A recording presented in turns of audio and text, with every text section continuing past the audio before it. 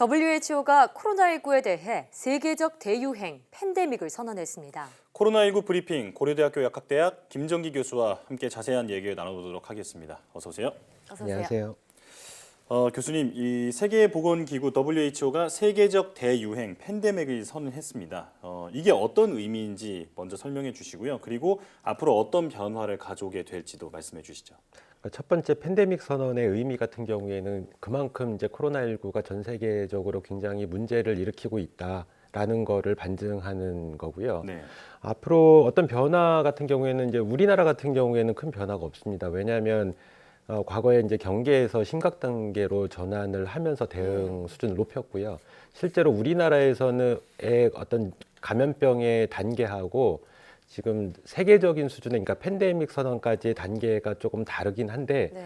우리나라에서는 심각 단계가 최고 수준이거든요. 예. 그만큼 이제 팬데믹 선언이라는 것은 국제적으로 가장 높은 단계를 선언한 겁니다. 그래서 동일한 수준으로 대응을 하고 있기 때문에 우리나라 네. 같은 경우에는 별다른 차이점은 없으나 예. 그러니까 다른 나라들 같은 경우에는 이제부터 이제 위기 의식을 가지고 대응을 해라라는 의미로? 거를 네. 그걸 공식적으로 선언한 거고요. 네. 우리나라도 조금 달라지는 부분은 이제 현재는 100개국 이상에서 우리나라로부터의 입국을 차단하고 있는데 네. 다른 나라들도 똑같은 상황이 발생할 수 있다라는 얘기입니다. 그만큼 이제 위기 상황인 만큼 각국에서 입국 제한을 상대국한테 할 거고요.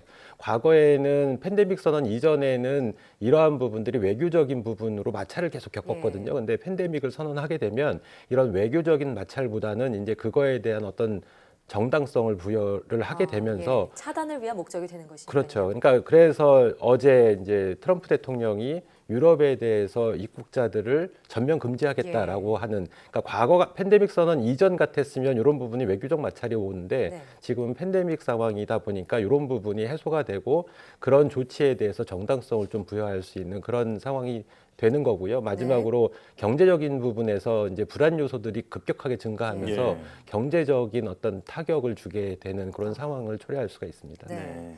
자, 이번 팬데믹 선언은 홍콩 독감과 신종플루에 이어서 세 번째로 알려져 있습니다. 아무래도 전 세계 각국에 미칠 영향이 말씀하신 것처럼 뭐 경제적으로나 외교적으로 혹은 이 방역적으로도 정말 큰데도 이런 시점에서 경고를 한 배경은 뭐라고 보시는지요? 이제 상황이 이제 다소 제가 보기에는 팬데믹 선언이 좀 늦었다라는 감은 있습니다. 예. 이미 과거에도 제가 여기 사이언스 투데이에서 말씀을 드린 적이 네. 있는데 이미 조건은 다 갖춰져 있었어요. 과거에도 팬데믹 선언을 해도 무방할 정도였는데 여러 가지 요소들이 있었던 걸로 보입니다. 근데 가장 결정적인 이유 중에 하나는 어쨌든 WHO에 가장 영향력이 있는 국가 하면 미국인데 미국 내 상황이 꽤 안 좋거든요. 예. 그러니까 그러다 보니까 이러한 부분들을 반영해서 WHO에서 팬데믹 선언을 하지 않았을까 하는 생각은 듭니다. 네. 그러면 팬데믹 선언을 내릴 때 기준이 제가 알기로는 강력한 전염성을 가져야 하고 뭐 2개 대륙 이상에서 좀 번져야 하고 이런 정도로 알고 있는데 구체적인 기준이 따로 없는 건가요? 정확한 객관적인 어떤 근거나 이런 예. 기준은 없습니다. 근데 말씀하신 것처럼 그러니까 복수의 대륙에서 다수의 국가에서 동시다발적으로 발생을 할 경우에는 팬데믹 선언을 할 수 있다라고 예. 되어 있습니다. 근데 그런 조건들이 과거에도 이미 부합은 됐었었고요. 근데 실제로 WHO에서 팬데믹 선언할 때 가장 결정적인 요소는 말씀하신 것처럼 감염력 부분도 고려를 하고요. 예. 병원성 부분도 고려를 합니다. 그래서 과거에 이제 그 2009년 신종플루 때에는 감염력이 굉장히 높았었어요. 근데 생각보다 당시에는 병원성이 높다라고 판단을 해서 팬데믹 선언을 내렸는데 그 이후에 최종적으로는 병원성이 상대적으로 굉장히 낮았던 걸로 평가가 되고 있거든요. 예, 그러니까 그 요런 병원성이 낮다는 의미는 그 치명적이지 않다 이런 뜻인가요? 치사율을 얘기하는 예. 겁니다. 예. 그래서 신종플루 같은 경우에 치사율이 공식적으로 1% 미만으로 알려져 있습니다. 네. 그러다 보니까 이런 것들을 복합적으로 고려를 해서 이제 WHO에서 선언을 하게 되는데 이런 부분들이 아직까지는 과거에는 코로나19 같은 경우에는 중국의 상황들만 있었었고 중국에서 나오는 정보들에 대한 신뢰성 부분이 조금 문제가 됐었기 때문에 WHO에서 이런 부분을 종합적으로 좀 판단을 하는 데 있어 약간 유보적인 입장을 취하지 않았나 이렇게 생각을 하고 있습니다. 그렇군요. 자, 그렇게 유보적인 입장을 취하던 WHO가 결국엔 팬데믹을 선언했습니다. 여기에는 미국의 지역사회 감염이 큰 몫을 했다고 알려져 있는데 현재 미국 내 상황에 대해서는 어떻게 보고 계신가요? 공식적으로는 뭐 1,000명 이상의 확진자가 나오는 걸로 지금 보도가 되고 있는데 네. 제가 알아본 바로는 실제로는 이거보다 훨씬 더 심각하다 이렇게 알려져 있고요. 예. 그러니까 진단을 거의 전수조사에 가까운 정도로 진단을 해야 정확한 확진자 수가 나오는데 현재 미국의 어떤 수적인 진단 능력 상에서 이 부분을 못 따라가고 있는 걸로 알려져 있습니다. 그렇군요. 왜냐하면 미국 같은 경우에는 우리나라랑 비교를 했을 때 의료 체계가 완전히 다르거든요. 그러니까 네. 진단할 때 비용이 너무 고가이다 보니까 이런 네. 부분도 있고 실제로 수적으로 확보하고 있는 진단 키트의 양도 절대적으로 부족하고 이런 부분들이 있어서 현재까지 1,000명 한 1,200명 정도 나오는 걸로 알고 있는데 실제로는 이거보다 훨씬 많은 감염자가 있을 걸로 추정을 하고 있고요. 예. 그러니까 아시는 것처럼 호흡기 감염병인 경우에는 마스크 착용이 가장 중요한데 현재 미국에 마스크를 구할 수가 없답니다. 그러니까 실제로 사람들이 마스크를 쓰지도 않고요. 예. 그러니까 미국뿐만 아니라 그러니까 유럽 쪽 이렇게 서양 문화권이 약간 독특한 특성이 있는데 이 마스크라고 하는 거는 감염자, 그러니까 질병을 앓고 있는 환자만 쓴다라는 개념이 좀 있습니다. 네. 문화적으로.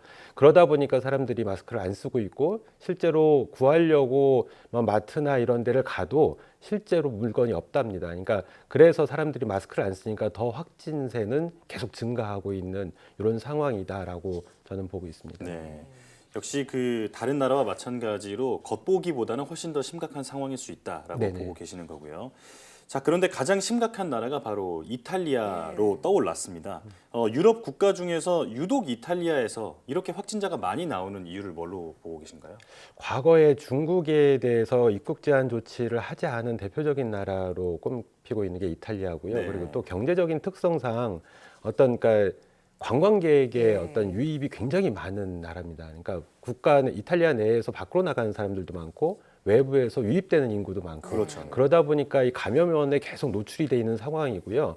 앞서 미국 상황처럼 마스크 쓰지 않는 문화가 있다라고 말씀드렸는데 이탈리아도 마찬가지입니다. 예. 마스크를 현 상황에서도 국민들이 사용을 하고 있지 않아요. 아, 예. 그러니까 이런 것들이 호흡기 감염병에 어떻게 보면 가장 일차적으로 필요한 수단이 마스크임에도 불구하고 마스크를 쓰지 않는 이런 상황들이 계속 확진자가 증가하는 요인 중에 하나지 않을까 이렇게 생각을 하고 있습니다. 네.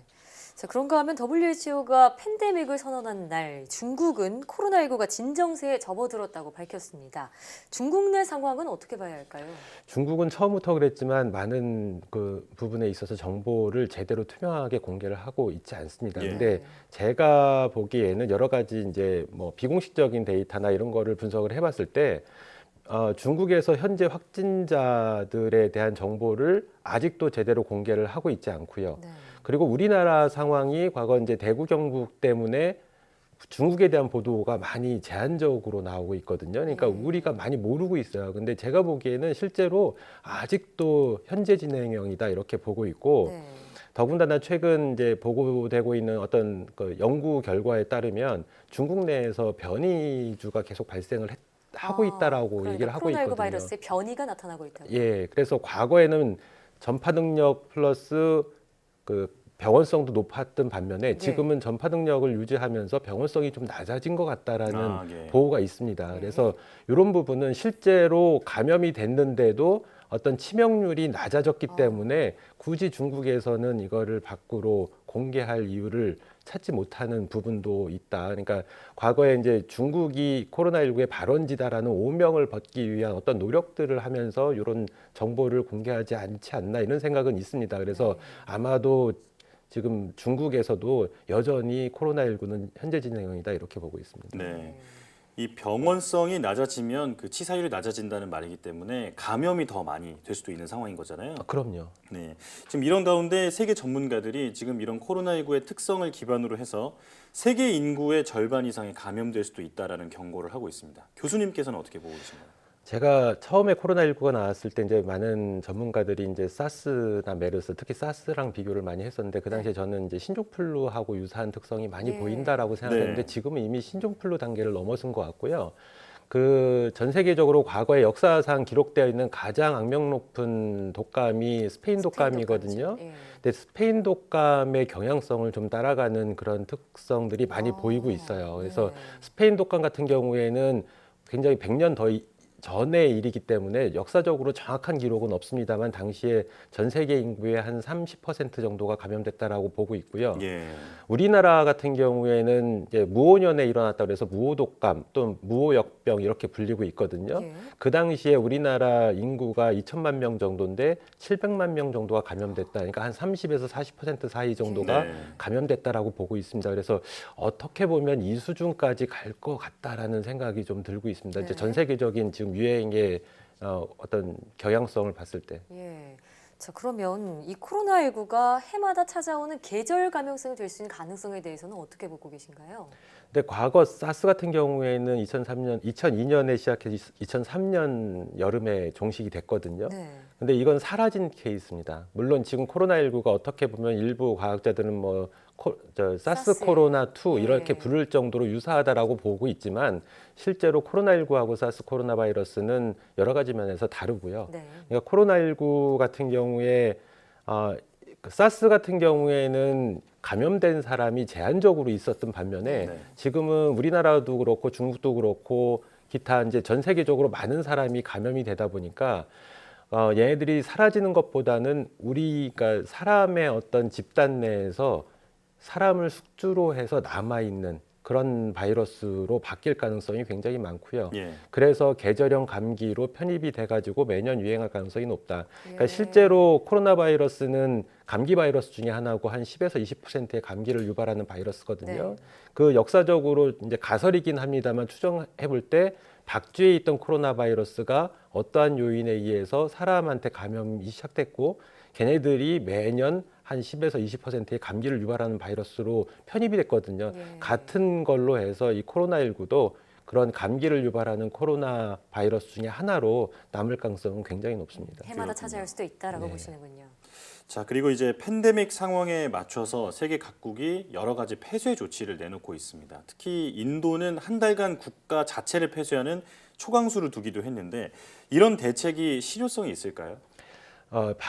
감염병 방역에 있어서 사람이든 동물이든 간에 만약에 치료 수단이나 백신이 있으면 상황은 다른데요. 네. 지금 아시는 것처럼 코로나19는 둘다 없는 상황이죠. 특이적인 치료제가 없고 대안적인 치료제는 사용하고 있습니다만 특이적인 치료가 없고 백신도 없잖아요. 네. 이러한 경우에 가장 대표적인 기본적인 방역이 영어로 쿼런타인이라고 하는 격리 조치입니다. 예. 그러니까 이동 제한을 하고 격리 조치하는 게 가장 기본적인 방법이거든요. 예. 그러다 보니까 현재의 가장 대표적인 방법이고 실효성의 여부를 떠나서 다른 방법 대안이 없는 상황입니다. 그렇군요. 예. WHO가 뒤늦게나마 팬데믹을 선언한 만큼 각국 정부에서 좀 더 공격적인 대응에 나서야겠습니다. 오늘 말씀 고맙습니다. 감사합니다.